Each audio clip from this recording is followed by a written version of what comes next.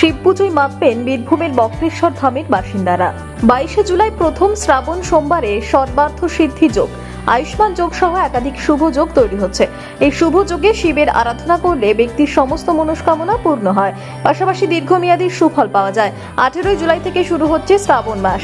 হিন্দু ধর্মে শ্রাবণ মাসের বিশেষ মাহাত্ম্য রয়েছে। এবছর 22শে জুলাই শ্রাবণ মাসের প্রথম সোমবার। এই তিথিতে প্রীতি যোগ, আয়ুষ্মান যোগ সহ 5টি অদ্ভুত সংযোগ তৈরি হচ্ছে, যার ফলে শ্রাবণের প্রথম সোমবারের মাহাত্ম্য বহুগুণ বৃদ্ধি পেয়েছে।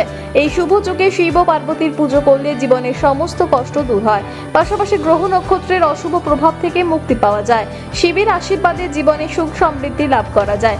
শ্রাবণ মাসের প্রথম সোমবার কোনো শুভ যোগ তৈরি হচ্ছে, এগুলির মাহাত্ম্য সম্পর্কে বিস্তারিত আলোচনা করা হলো।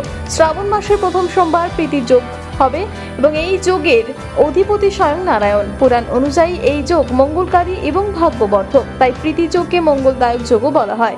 এই শুভ যোগে শিব পার্বতীর পূজার্চনা করলে জীবনের সমস্ত সমস্যা থেকে মুক্তি পাওয়া যায় এবং সমস্ত সমস্যার নিবারণ সম্ভব। এই যোগে কোনো কাজ করে থাকলে তা সম্পন্ন এবং সফল হয়। বিবাদের অবসান, আপোষ, রুষ্ট মিত্র বা আত্মীয়দের সঙ্গে নতুন সম্পর্ক স্থাপনের জন্য এই যোগকে অত্যন্ত শুভ মনে করা হয়। সেরকমই দেখা যায় বীরভূমের বক্রেশ্বর ধামে সোমবারের আগে থেকেই মানুষের ঢল বলা যেতেই পারে। শ্রাবণ মাসের প্রথম সোমবার মানুষের ভিড় থাকবে চোখে পড়ার মতো, পাশাপাশি কড়া নিরাপত্তা বলয়ে থাকবে মন্দির চত্বর। রাত পোহালি কাল শ্রাবণ মাসের প্রথম সোমবার শিব পুজোয় মাতবেন গোটা বঙ্গবাসী।